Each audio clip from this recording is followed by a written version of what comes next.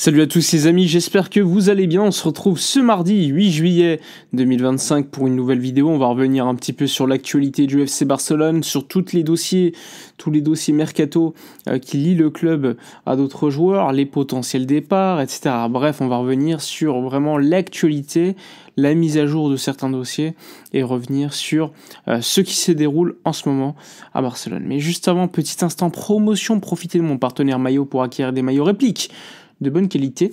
Les nouveaux maillots sont sortis, donc profitez-en. Je vous mets tous les détails en description et si vous avez des questions, n'hésitez pas à venir me les poser directement en message privé sur Instagram. Donc tous les détails en description.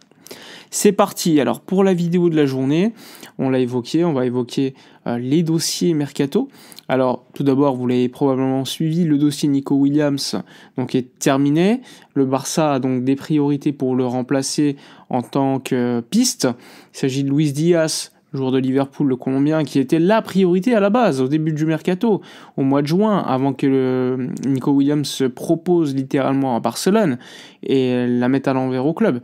Eh bien, Luis Diaz, on le sait, le prix est élevé. On parle de 80 millions d'euros, même si Liverpool ne serait pas enclin à le vendre. D'autres clubs sont intéressés. Al-Nassr en Arabie Saoudite, sans oublier le Bayern Munich, surtout avec la blessure de Musiala.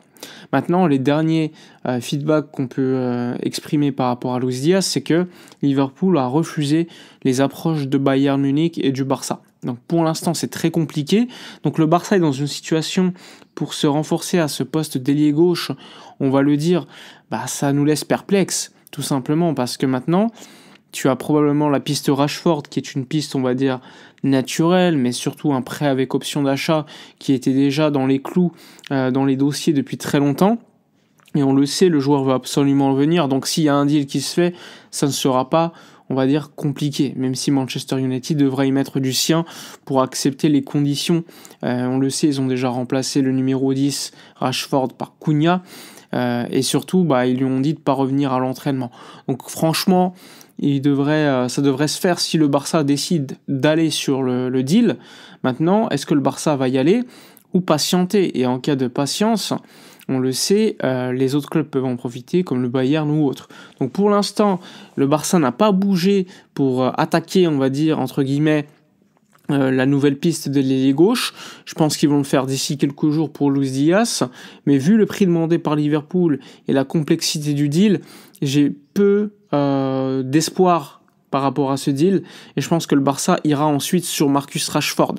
Maintenant, vous le savez, la pré-saison va débuter dans une semaine officiellement, puisque dimanche, tests médicaux, lundi prochain, il y aura la pré-saison qui va débuter. Hansi Flick voulait que l'effectif, les recrues soient là, à part Joan Garcia, le gardien, pour l'instant, il n'y a personne. Normalement, cette semaine va se décanter le recrutement de Rouin Bargi, mais encore une fois, il va être testé pour la tournée asiatique, mais ensuite, est-ce qu'il sera avec l'équipe première ou lancé en prêt ailleurs? C'est une possibilité aussi. Donc pour l'instant, en réalité, le Barça n'a pas fait un mercato très intéressant, même en termes de départ. Le Barça n'a pas renforcé les postes qu'on voulait à la fin de la saison, je le rappelle. On voulait se renforcer en priorité l'ailier gauche, on voulait se renforcer sur les côtés, comme latéral, que ce soit latéral gauche ou latéral droit, et beaucoup de gens qui le voulaient aussi. Perso, je suis plus favorable pour se renforcer à gauche, parce qu'à droite, avec Koundé qui est aujourd'hui installé à ce poste, Eric Garcia qui peut jouer ici, et voir Hector Fort, je pense que c'est le poste de latéral gauche qui est à renforcer, surtout qu'on l'avait vu avec Gérard Martin, lorsque Baldé était absent, c'était compliqué. Donc, tu avais ça, et le gardien qui était un véritable miracle parce qu'une opportunité de marché.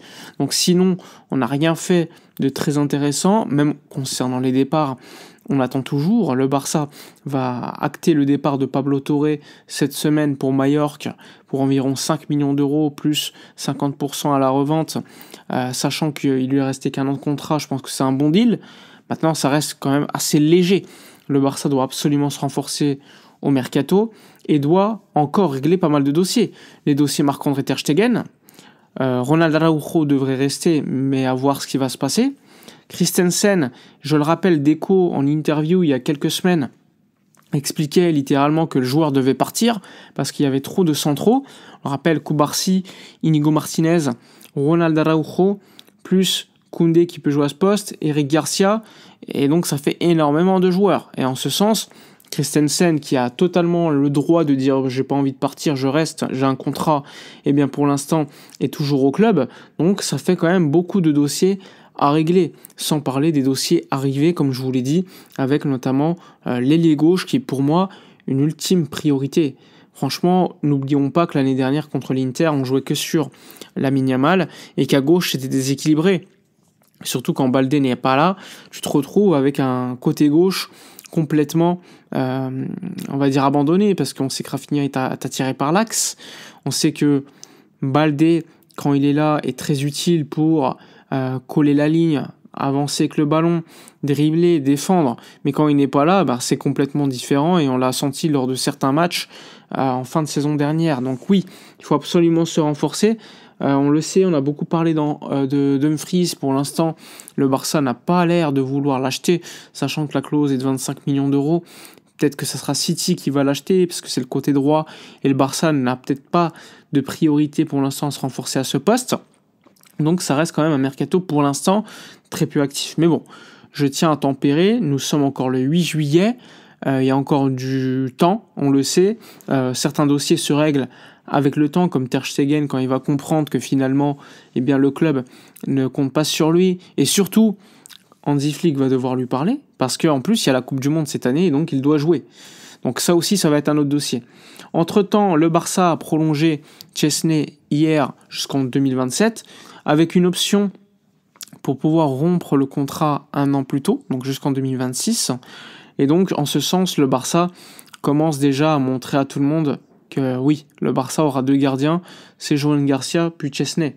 Iñaki Peña devrait également quitter le FC Barcelone d'ici les prochains jours, tout comme Pau Victor.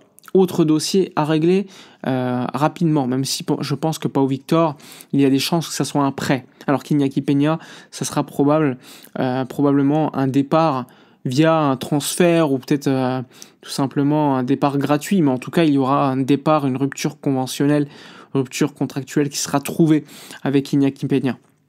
Enfin bref, voilà, pas beaucoup d'informations non plus. Le Barça se prépare pour le trophée Gamper qui aura lieu dans un peu plus d'un mois.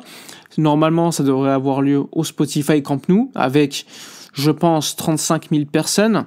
Les travaux continueront. Je le rappelle, le début de la Liga aura lieu au Spotify Camp Nou qu'à mi-septembre. Entre-temps, le club jouera à l'extérieur les 3 premiers matchs de championnat. Ensuite, il débutera contre Valence à domicile. Mais le Barça aura avancé les travaux, et ça c'est quand même quelque chose de positif et d'ultra important. Voilà pour faire simple, les informations de la journée, pas beaucoup d'infos, mais bon, c'est important de faire une petite mise à jour quand même sur l'actu. N'hésitez pas à donner votre avis dans les commentaires, à liker, commenter, partager. Moi je vous dis à la prochaine, et d'ici là comme d'habitude, portez-vous bien.